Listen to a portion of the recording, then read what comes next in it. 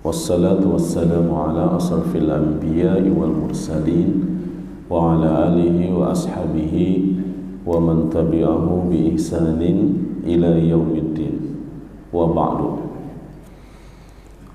Amrani yanfa'ani kulla mu'min. Ada dua hal yang sangat bermanfaat bagi setiap mukmin: husnul khuluq wa samahatun nafs, yaitu bagusnya akhlak dan lapang dada. Bagusnya akhlak dan lapang dada. Dalam sebuah hadis Rasulullah sallallahu alaihi wasallam bersabda, "Aktsaru ma yudkhiluhu Allahu jannata husnul khuluq wa taqwallah wa husnul khuluq." Ada dua hal yang paling banyak Allah masukkan ke surga, itu ada dua: takwa kepada Allah dan husnul khuluq.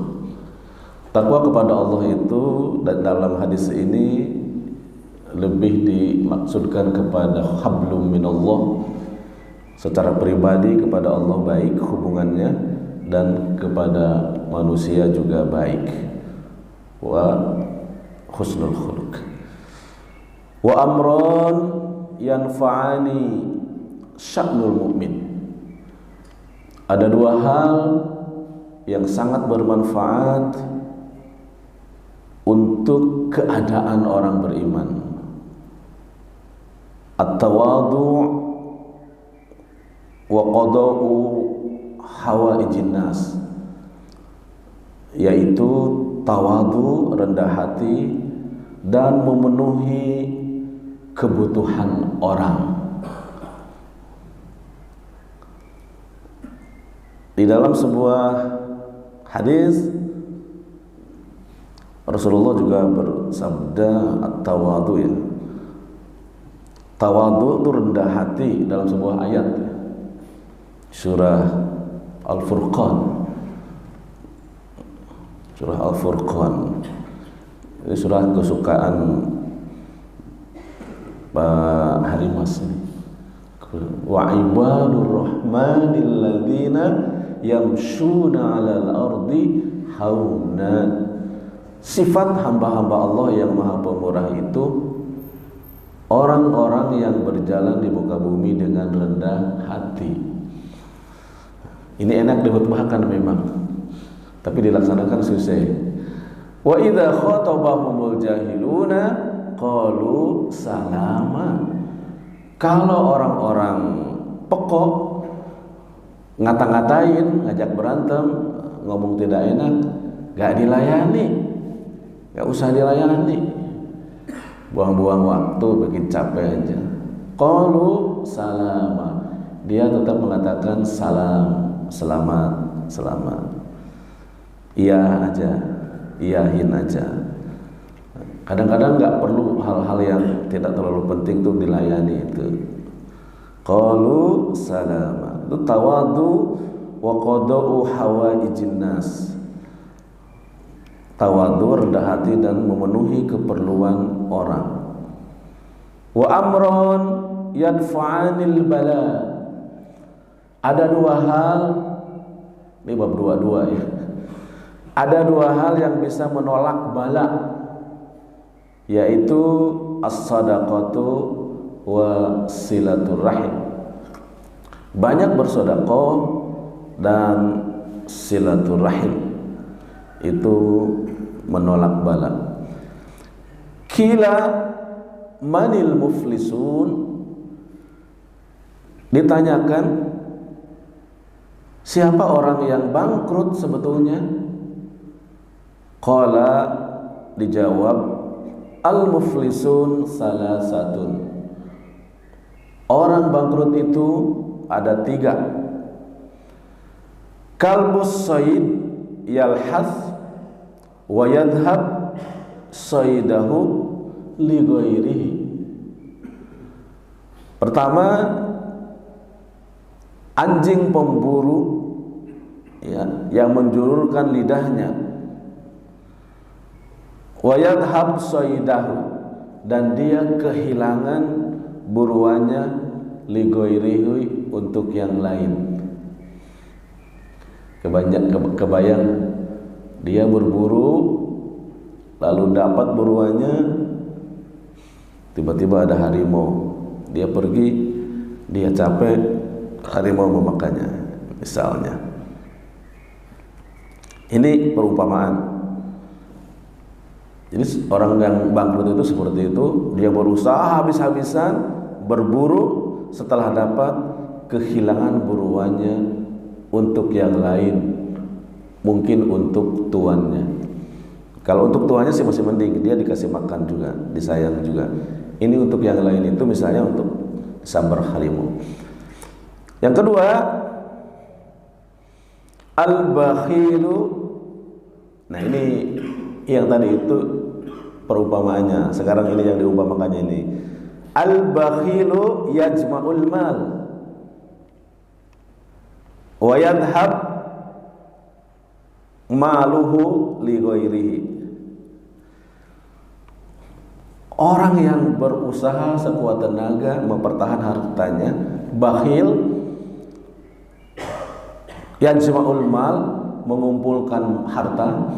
Orang yang kikir, orang yang bakhil, dan dia mengumpulkan harta, lalu wa yadhhabu maluhu li ghairihi, hartanya itu hilang untuk yang lainnya, untuk yang lain.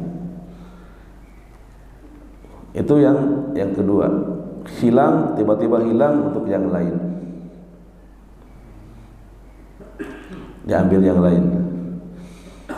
Yang ketiga, al-mugtab yagtabun nas wa tadhhabu hasanatahu li ghairihi. Orang yang bangkrut itu juga orang yang membicarakan keburukan orang lain. Al-mugtab yagtaban nas, dia membicarakan keburukan orang lain. Wa tadhhabu hasanatahu li ghairihi, dan kebaikan-kebaikannya hilang untuk yang lain, diambil pahala kebaikan-kebaikannya untuk yang lain. Itulah yang bangkrut. Bangkrut itu dari bahasa Yunani itu bangkaruta, bangkunya roboh, bangkunya roboh. Konon bahasa itu diambil dari kasus orang-orang Yahudi itu judi dulu di bangku-bangku. Di mana tempat judinya? Masjid Al-Aqsa. Masjid Al-Aqsa yang pertama kali itu setelah dibangun itu ya, oleh orang-orang Yahudi itu, di luar itu dijadikan, di luar dari halaman-halamannya itu dijadikan tempat judi. Di bangku-bangku itu menjajakan judiannya itu. Di dalamnya, di dalam masjidnya itu dipakai prostitusi itu bisa dibaca di bukunya Pak Quraish Shihab, Sirah Nabawi itu. Ada pejudi laki-laki, ada pelacur laki-laki, ada pelacur perempuan, ada lengkap. Kemudian datang Nabi Isa diobrak-abrik itu bangkunya itu roboh. Bangkunya roboh itu disebut bangkaruta, kemudian menjadi bangkrut. Walau alam itu bisa juga dibaca di buku yang lain, saya ditemukan itu. Kalau di buku Pekores itu pelacur laki-laki itu kedesim, kalau pelacur perempuan namanya kedesot ya, kedesot. Arba'un qawaidu Qawaidun, arba'u qawaidin. Ij'alha asasa hayatik. Ini terakhir nih. Ada 4 kaidah, arba'u qawaid. Ada 4 kaidah. Ij'alha asasa hayatik. Usahakan jadikan oleh kalian sebagai dasar hidupmu 4 kaidah ini. 1. La tataghayyar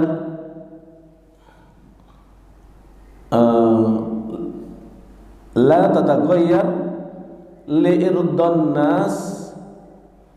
La tataghayyar, jangan mengubah pendirian sesuatu apa saja. Jangan mudah mengubahnya. Li'irdain nas,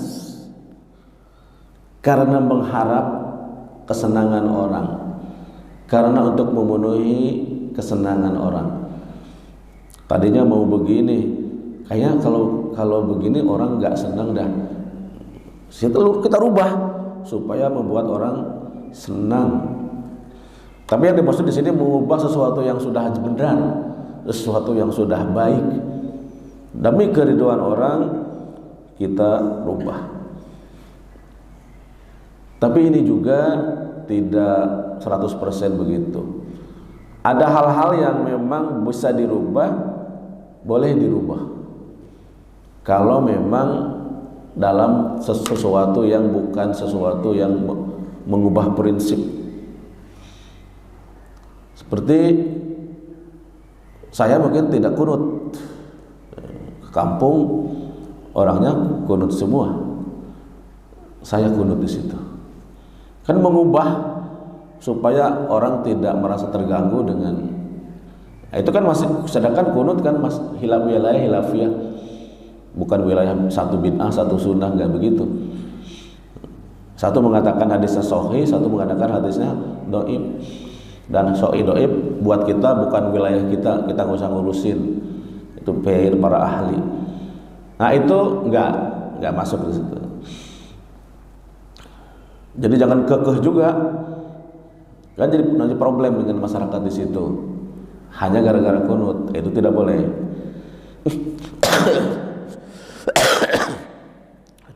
Enggak. La tataghayyar li'irdain nas. Jangan mengubah sesuatu yang sudah benar hanya untuk ridho, disukai oleh orang lain. Itu juga menunjukkan gambaran orang tidak punya pendirian yang jelas, yang jelas. Kedua, la tatalawwan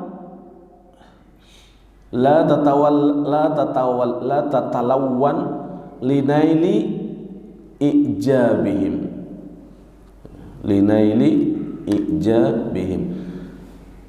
La tatalawwan, jangan berubah warna. Jangan berubah warna linaili ijabihim, hanya untuk memperoleh, hanya untuk dikagumi oleh mereka, oleh manusia. La tatalawwan, jangan mengubah warna hidup untuk semata-mata ijab, dikagumi atau ujub. Ini juga sama yang begini disebutnya dalam bahasa sekarang artifisial. Sesuatu yang artifisial itu tidak murni, tidak asli, dibuat-buat, itu namanya artifisial. Jangan membuat-buat penampilan.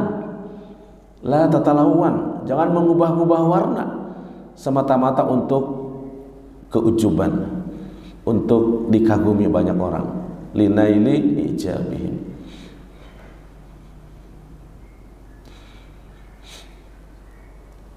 Yang pertama artifisial juga, mengubah sesuatu untuk kesenangan orang, padahal hati tersiksa.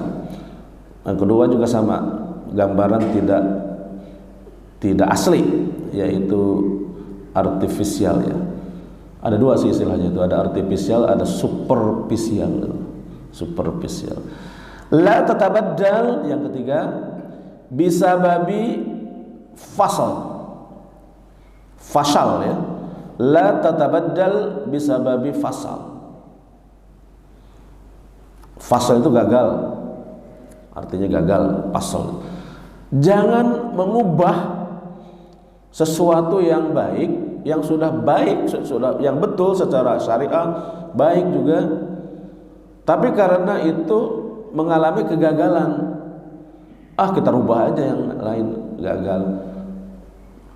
Jangan gampang merubah, jangan gampangan merubah sesuatu yang baik, yang sudah benar, tapi gagal memang karena sesuatu yang lain. Kalau memang sudah benar secara ilmu, secara syariat, terus aja dilakukan.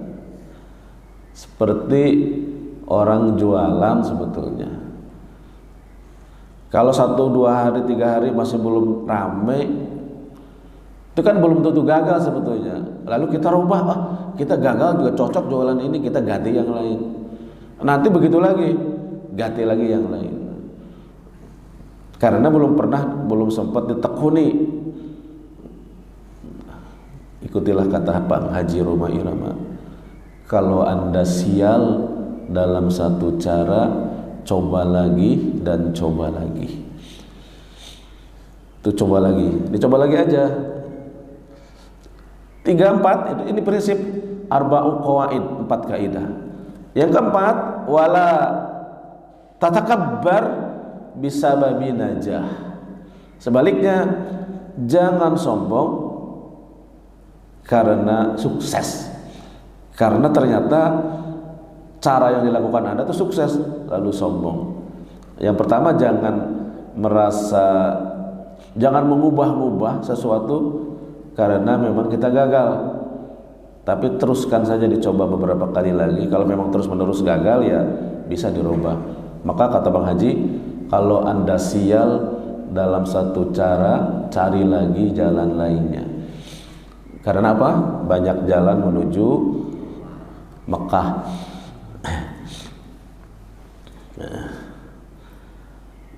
Ajmalul arzaq laisa rizqul mal. Ajmalul arzaq laisa rizqul mal. Rizki yang paling bagus itu bukan semata-mata harta. Rizki yang bagus itu, bal inna ajmalal arzaq sakanatur ruh. Sakanatur ruh. Sebaik-baik rezeki itu adalah tenangnya jiwa, tenangnya ruh. Ya ayatuhan nafsul mutmainnah. Tenangnya jiwa. Wa nurul aqli wa sihhatul jasad. Termasuk rezeki yang bagus itu adalah cahaya akal. Akal masih normal, masih baik, itu rezeki. Sihhatul jasad, jasad yang sehat, itu juga rezeki yang terbaik. Kalau sehat badan itu jamu kelutuk juga nikmat. Jamu kelutuk, sihatul jasad. Tapi kalau lagi sakit mah sebuah makanan yang enak menjadi tidak enak. Jadi yang membuat enak itu makanannya atau jiwanya atau yang menikmatinya. Yang membuat enak itu dua-duanya. Dua-duanya. Tapi kalau jawabannya tidak boleh memilih dua-duanya, ya badannya, keadaan yang memakannya itu. Wasifaul qalbi wasalamatul fikri. Sifaul qalbi, bersihnya hati, itu rezeki yang terbaik. Bersihnya hati, salamatul fikri, pikiran yang bersih, pikiran yang selamat, itu pikiran yang sehat.